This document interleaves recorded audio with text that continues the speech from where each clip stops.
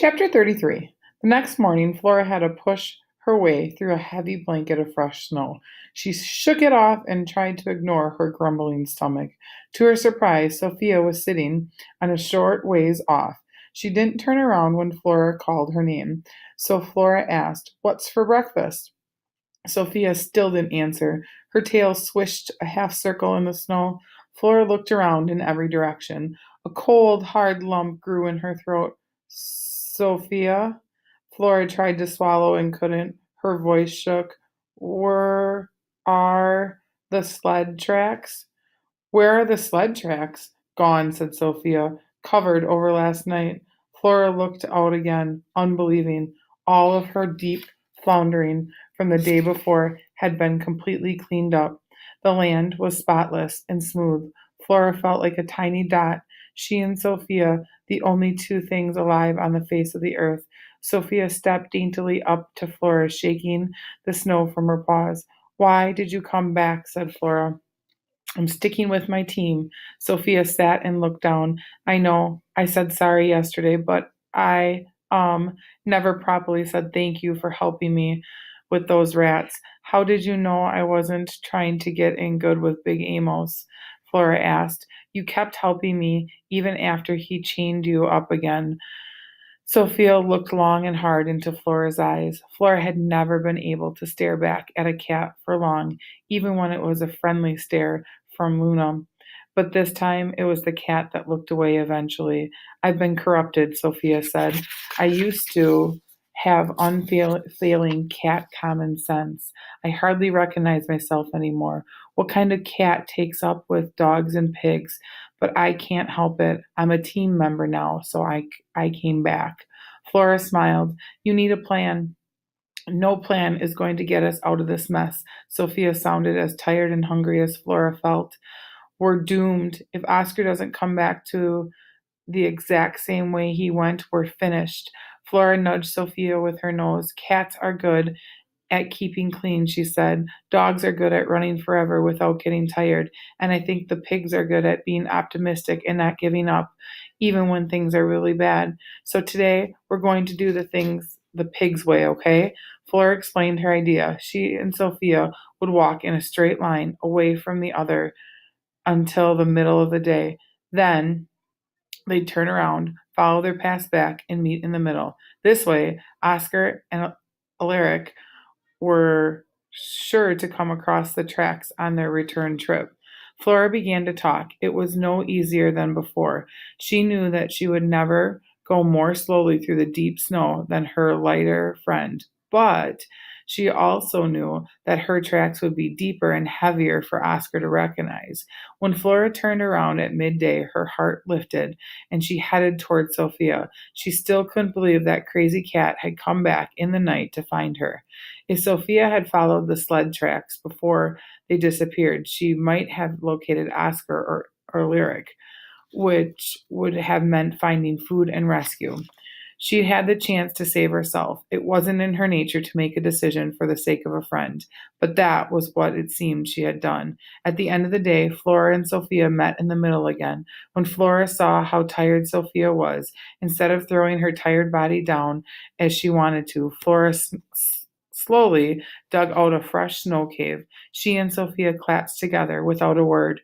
For that, Flora was thankful. She didn't want to have to hide her disappointment. She had silently hoped Alaric and Oscar would have shown up by now. Flora closed her eyes and had one happy thought. So far, there didn't appear to be any wind or snowfall tonight to undo their hard work.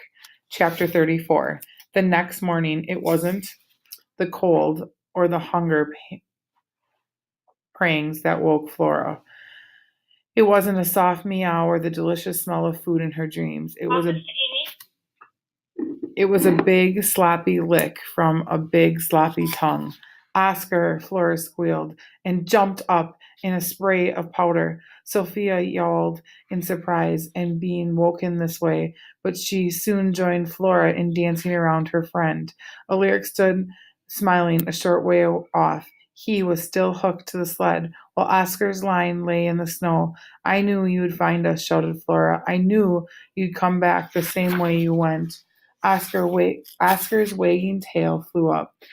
What are you two doing out here? Looking for you. Sophia ran with her tail high to Lyric and climbed his legs until she saw in his arms. Lyric laughed. We were afraid you wouldn't be strong enough to make it. Flora bumped Oscar's chin with her nose and got another lick in return. You don't know how tough an old dog can be, said Oscar. But Flora thought he looked run down, exhausted even. We wanted to help you get the food, but we lost your tracks, said Flora. Well, it's a good thing you left some tracks yourself, because otherwise we would have passed you right by.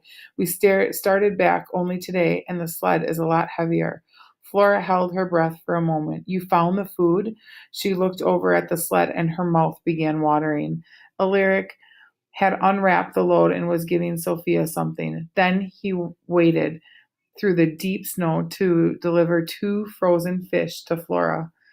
Those 2 fish were the sweetest things she'd ever remembered tasting. Alaric stayed close while she ate, and when she was done, bent down and hugged her. You are one crazy pig. You know that? You disappeared and then show up in the wildest times. What are you doing out there? Alaric walked back to the sled, tossed Flora 2 more fish, and then whistled. Oscar trudged his way to his pole line. Alaric hooked him to his harness and then stared out. The boy and the dog side by side, and the sled behind with Sophia on the top. They could only creep. Flora watched for one another's moment and then plowed through the snow until she was out in front of Oscar. The food had revived her, and she was determined to be helpful. She was going to make a path for him. She knew getting through the deep powder would be even harder for Oscar with the heavy load. Every step he took packed the snow down and made it easier for her friend, knowing this made the work easier for her too. But being homemade, the sled didn't slide as smoothly as it should have. Sometimes Alaric stashed his pole line on the food box and dropped behind to push. When they finally passed the stretch of deep drifts and were back on more solid snow, the company stopped for a breather. Flora made her way to where Sophia had hopped down and was watching over Oscar. He hadn't bothered to wait for Alaric to take off the rope before collapsing. Flora was alarmed to hear the rattling in his throat again. Oscar, you don't sound so good, she said. He didn't answer. He was too busy trying to catch a breath. Alaric knelt by the dog's side. Here you go, boy. Let's get that line off you. He unfastened the rope and rubbed Oscar's side for a few minutes. Then he went to check on the food boxes. Pulling is like medicine, panted Oscar. I think you might be getting a little too much medicine on this trip, said Sophia. Can't you take it easier? Oscar didn't say more, and all too soon Alaric came back to hook him up. The dog struggled to his feet, but before long they came to the field of ice crystals. Flora hadn't noticed the leather booties on Oscar's feet until now, but there they were, just as Sophia had said. The ice crust had supported the crystals, was thick enough to hold Flora and Oscar's weight, but it was heavier sled kept breaking through, causing the runners to end up stuck in the soft snow underneath. When this happened, Alaric had to yank the sled back through the crust and find a new path. They would travel only a short distance before the sled would break through again. There was nothing Flora could do to help. Finally, Alaric leaned against the sled. Night's coming anyways. Stumbling forward, he unhooked Oscar, who just lay on the snow with his sides heaving.